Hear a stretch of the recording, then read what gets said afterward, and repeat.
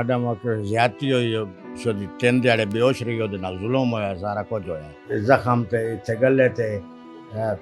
ਪੈਰਾਂ ਤੇ ਹੱਥਾਂ ਤੇ ਜ਼ਖਮ ਦੇ ਨਿਸ਼ਾਨ ਸਨ ਜੀ ਹਾਂ ਇੱਕ ਦਿਨ ਉੱਤੇ ਦਮਦਰ ਸਿਵਲ अस्पताल रहे दूसरे दिन भी रहे तीसरा दिन आया ना वो होश में भी ना आई तो उसकी 10-1 बजे डेथ हो गई हमारे साथ कोई उसकी बात भी ना हो असी मरियम निवाल ਨੂੰ ਇਹ अपील कर सा कि सानू इंसाफ देवे IG पंजाब ਨੂੰ ਵੀ ਆਪਣੇ DPO ਸਾਹਿਬ ਨੂੰ ਅਸੀਂ ਇਹ अपील कर सा कि सानू इंसाफ मिलना चाहिए। इस वक्त जी टीम जुर्म नकाब मौजूद है इशाल फातिमा के आबाई घर में। इशाल फातिमा जो घर से रोल नंबर स्लिप लेने गई लेकिन जिस हालत में वो वापस आई वो देखकर जानकर सारा पाकिस्तान लर्ज उठा है। इस वक्त हमारे साथ मौजूद हैं इशाल फातिमा के वालिद, उनसे हम बात करेंगे इस सारे मामले के हवाले से। ये सब तो पहला जनाब सानू बड़ा अफसोस है, अल्लाह ताला तुहानू सबर दे हिम्मत दे। ये दसो किस तरह तुहानू इतला लभी है कि इशाल जिहड़ी है वो अगवा हो गई है, की मामला सी? ਉਹ ਜੀ ਸੁਬਹ ਉੱਠੀ ਹੈ ਜੀ ਉਸ ਨੇ ਮੈਨੂੰ ਆਖਿਆ ਮੈਂ ਜੀ ਰੋਲ ਨੰਬਰ ਸਲਿੱਪ ਲੈਣੀ ਹੈ ਤੇ ਮੇਰੇ ਕੱਪੜੇ ਉੱਥੇ ਨੋ ਮਚਾਉਣੇ ਤੇ ਕਾਲੇ ਤੱਕ ਜਾਣਾ ਅਸੀਂ ਜਨਾਬ ਉਹਨਾਂ ਨੂੰ ਭੇਜ ਦਿੱਤਾ। ਮੈਂ ਕਿਹਾ ਮੈਂ ਤਬੀਅਤ ਖਰਾਬ ਹੈ ਤੇ ਮੈਂ ਨਹੀਂ ਆ ਸਕਦਾ ਤੂੰ ਬੇਟੀ ਚਲੀ ਜਾ ਤੇ ਮੁੜ ਗਈ ਵਾਪਸ ਆ ਜਾਂਦੀ ਹੈ। ਉਹ ਜੀ ਚਲੀ ਗਈ। ਅਸੀਂ ਸ਼ਾਮ ਤੱਕ ਇੰਤਜ਼ਾਰ ਕੀਤਾ ਕੋਈ ਨਾ ਆਈ। ਉਸ ਤੋਂ ਬਾਅਦ ਜੀ ਅਸਾਂ ਉਹਦੀ ਦਮ ਦਾ ਤਲਾਸ਼ ਸ਼ੁਰੂ ਕਰ ਦਿੱਤੀ। ਅਸੀਂ ਰਿਸ਼ਤੇਦਾਰ ਜੋ ਹਨ ਸਹੇਲੀਆਂ ਉਹਦੀਆਂ ਸਾਰਾ ਕੁਝ ਇਹਨਾਂ ਨਾਲ ਕੀਤੀ ਕੋਈ ਨਾ ਪਤਾ ਲੱਗਾ। ਉਹਦੇ ਫੋਨ ਨੰਬਰ 2 ਹਨ ਮੋਬਾਈਲ ਉਹ ਵੀ ਬੰਦ ਹੋ ਗਏ।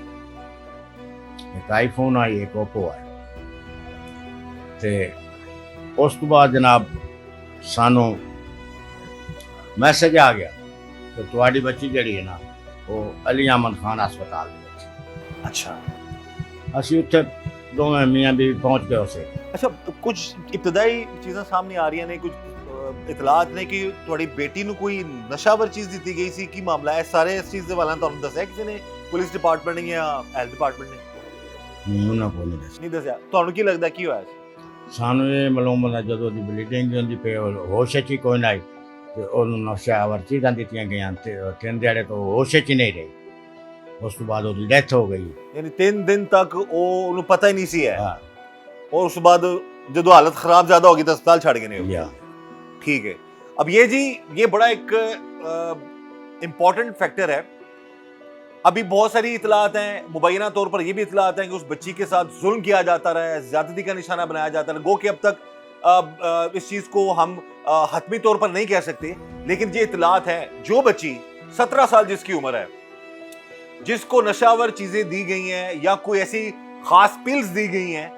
जिसके बाद वो मुबैना तौर पर 2 से 3 दिन होश में नहीं थी, उसका ब्लीडिंग इतनी ज्यादा हुई जिसकी वजह से वाला साहब भी बता रहे हैं और मेडिकल जो इब्तिदाई रिपोर्ट उसमें भी चीज आई है कि खून इतना ज्यादा उसका बह चुका था जिसकी वजह से वो जानवर नहीं हो सकी। तो उस सिचुएशन में हो सकता है मुबैना तौर पर उस बच्ची को ज्यादती का भी निशाना बनाया गया हो। बहुत सारे मामलात है क्योंकि इतनी ज्यादा ब्लीडिंग के बाद क्या एविडेंस रह जाता है, क्या मामलात है, इसीलिए मजीद फोरेंसिक के लिए चीजें जो है वो होपफुली के आगे भिजवाई गई हैं ताकि मजीद तहकीकात हो सकें कि इशाल फातिमा जो कि एक 17 साल बच्ची थी, अंडर एज थी और फर्स्ट ईयर की स्टूडेंट थी, अपने वालदैन की बड़ी लाडली थी, 2 भाइयों की लाडली बहन थी, वो उसको इतनी बेरहमी से उस पर जुल्म के पहाड़ ढाए गए हैं। तो हम भी यही चाहते हैं इस केस की तफ्तीश मेरिट पर हो और तमाम जो मामलात है, तमाम हकायक हैं वो सामने आए। इशाल फातिमा को, उसके घर वालों को, उसके वालिद को, उसके तमाम फैमिली मेंबर्स को इंसाफ जो है वो मिलना चाहिए। अच्छा, कदी तुहानू कोई आइडिया होया है कोई इस तरह दा कोई लड़का पीछा करदा पिया ओदा या कॉलेज विच कोई लड़का उन्हें तंग करदा है, कोई इस तरह दा तुहानू इतला कदी कोई इतला नहीं मिली? ਤੇ ਜਿਹੜੀਆਂ ਦਵਾਈਆਂ ਨੂੰ ਖਵਾਈਆਂ ਗਈਆਂ ਨੇ ਉਹਦੇ ਬਾਰੇ ਤੁਹਾਨੂੰ ਦੱਸਿਆ ਗਿਆ ਕਿਹੜੀ ਦਵਾਈ ਸੀ? ਕੋਈ ਨਹੀਂ ਸਾਨੂੰ ਸੁਣੀ ਜਾ ਰਿਹਾ ਕੋਈ ਐਸੀ ਨਸ਼ਾਵਰ ਦਵਾਈ ਸੀ ਜਿਹਦੇ ਨਾਲ ਉਹ ਬੰਦਾ ਹੋਸ਼ ਹੀ ਨਹੀਂ ਰਹਿੰਦਾ? ਨਹੀਂ ਕੋਈ ਨਹੀਂ ਦੱਸਿਆ। ਤੇ ਹੋਰ ਆਪਣੀ ਬੇਟੀ ਦੇ ਵਾਲੇ ਨਾਲ ਤੁਸੀਂ ਇਸ਼ਾਲ ਦੇ ਵਾਲੇ ਨਾਲ ਦੱਸੋ, ਇਸ ਵਾਕਿਏ ਤੋਂ ਪਹਿਲਾਂ ਕਾਲਜ ਜਾਣਾ, ਸਕੂਲ ਦੇ ਜਦੋਂ ਪੜ੍ਹਦੀ ਸੀ ਉਦੋਂ ਉਹਦੀ ਪੜ੍ਹਾਈ ਵਗੈਰਾ ਦੇ ਮਾਮਲਾਤ ਘਰ ਵਿੱਚ ਤੁਹਾਡੇ ਨਾਲ ਕਿਸ ਤਰ੍ਹਾਂ ਦਾ ਰਵੱਈਆ ਸੀ ਉਹਦਾ? ਨਹੀਂ ਸਾਡਾ ਉਹਦੇ ਨਾਲ ਬੜਾ ਪਿਆਰ ਮੁਹੱਬਤ ਹੋਇਆ, ਪੜ੍ਹਨ ਦਾ ਸ਼ੌਂਕ ਆਈ, ਆਪ ਹੀ ਨਾ ਆਂਦੀ ਮੈਂ ਪੜ੍ਹਨਾ। ਅੱਛਾ, ਤੇ ਮੈਂ ਕਿਹਾ ਬੇਟੀ ਅਸੀਂ ਇਸੇ ਵਾਸਤੇ ਘਰ ਬਾਰ ਪਿਛਲਾ ਨਮਦਾ ਬਾਉ ਆ ਛੱਡ ਕੇ ਆ ਤੇਰੀ ਪੜ੍ਹਾਈ ਵਾਸਤੇ ਆ ਤੇ ਤੈਨੂੰ ਅਸਾਂ ਪੜਾਉਣਾ ਤੈਨੂੰ ਸ਼ੌਂਕ ਹੈ ਮੇਰਾ ਬੇਸ਼ੱਕ ਜਾਇਦਾਦ ਚਲੀ ਜਾਏ ਮੈਂ ਤੈਨੂੰ ਪੜਾਉਣਾ ਤੁਹਾਡੇ ਬੱਚੀ ਦੀਆਂ ਤਸਵੀਰਾਂ ਵੀ ਸਾਹਮਣੇ ਆਈਆਂ ਅੱਲਾਹ ਤਾਲਾ ਦੇ ਮੰਜ਼ਲਾ ਆਸਾਨ ਕਰੇ ਬਹੁਤ ਪਿਆਰੀ ਸੀ ਉਹ ਵਾਲदैन ਵਾਸਤੇ ਖਾਸ ਕਰਕੇ ਵਾਲਿਦ ਵਾਸਤੇ ਬੇਟੀ ਦਾ ਰਿਸ਼ਤਾ ਤੇ ਬੜਾ ਹੀ ਉਹ ਪਿਆਰਾ ਤੇ ਅਜ਼ੀਜ਼ ਹੁੰਦਾ ਤੁਹਾਡਾ ਕੀ ਮੌਕਫ ਹੈ ਉਹ ਰਿਪੋਰਟਾਂ ਤੇ ਇਬਤਦਾਈ ਤੌਰ ਤੇ ਇਹੀ ਕਹਿ ਰਹੀਆਂ ਨੇ ਜੀ ਕਿ ਉਹ ਜ਼ਿਆਦਤੀ ਨਹੀਂ ਹੋਈ ਉਹਦੇ ਨਾਲ ਤੁਸੀਂ ਤੁਹਾਡਾ ਕੀ ਮੌਕਫ ਹੈ ਸਾਡਾ ਮੌਕਫ ਜ਼ਿਆਦਤੀ ਹੋਈ ਸ਼ੁਦੀ 3 ਦਿਹਾੜੇ ਬੇਹੋਸ਼ ਰਹੀ ਉਹਦੇ ਨਾਲ ਜ਼ੁਲਮ ਹੋਇਆ ਸਾਰਾ ਕੁਝ ਹੋਇਆ ये जो इनका मौकफ है ये वालिद का और ये बड़ा वैलिड इनका पॉइंट है कि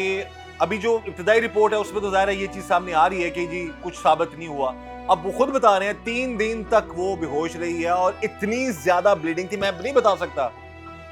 कि क्या हालात थे जो रिपोर्ट में भी चीज़ें सामने आई हैं उस एविडेंस का बाकी रहना मेरे ख्याल में मुश्किल है काफ़ी तो किस तरह लगता है कि एडा ਉਹਦੇ ਨਾਲ ਜ਼ਿਆਦਤੀ ਹੋਈ ਹੈ ਲਾਜ਼ਮ ਕਿ ਰਿਪੋर्ट ਤੇ ਕਹਿ ਰਹੀ ਹੈ ਕਿ ਨਹੀਂ ਹੋਈ तो ਤੁਸੀਂ ਕਿਸ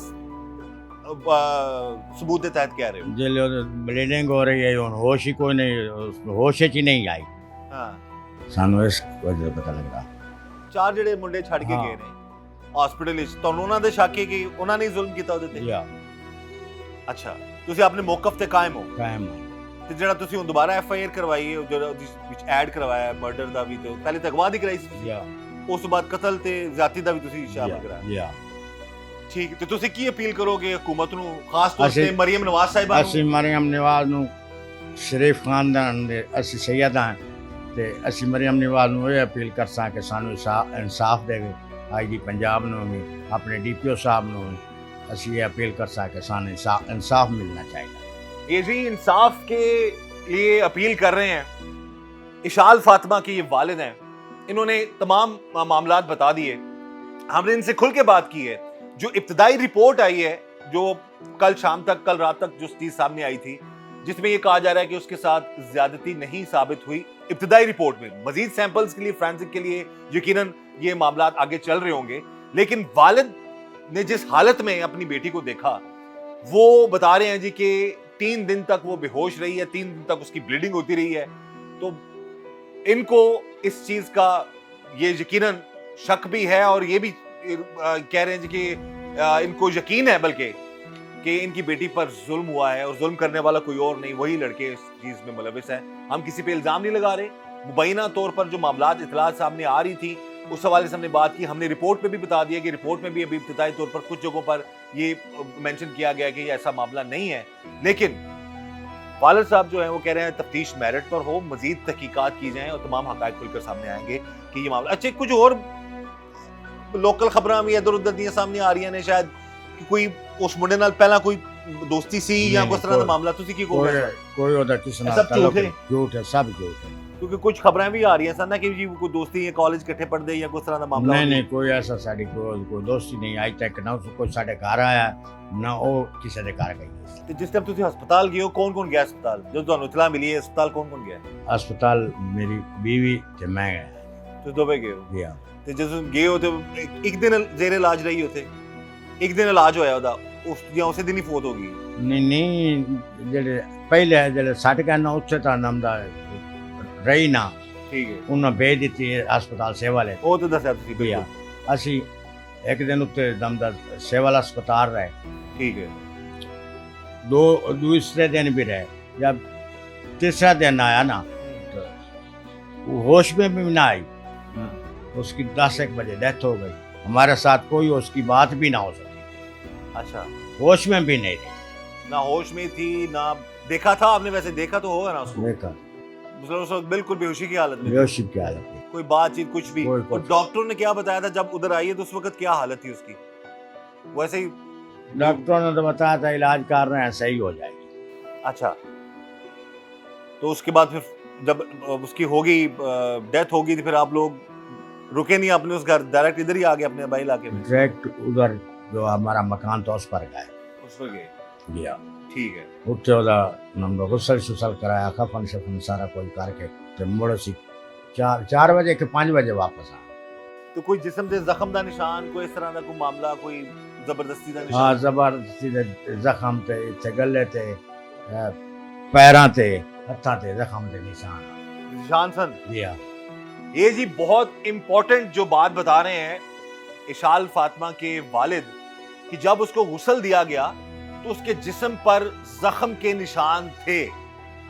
अच्छा ਇਹ ਤੁਸੀਂ ਦੁਬਾਰਾ ਕਨਫਰਮ ਕਰ ਦਿਓ, ਇਹ ਬਹੁਤ ਵੱਡੀ ਤੁਸੀਂ ਇੱਕ ਇੰਪੋਰਟੈਂਟ ਗੱਲ ਦੱਸ ਰਹੇ ਹੋ ਜੀ ਹਾਂ ਕਿ ਜਦੋਂ ਉਹਨੂੰ ਗੁਸਲ ਦਿੱਤਾ ਗਿਆ ਤੇ ਜਿਸਮ ਤੇ ਚੋਟਾਂ ਦੇ ਨਿਸ਼ਾਨ ਸਨ। ਜੀ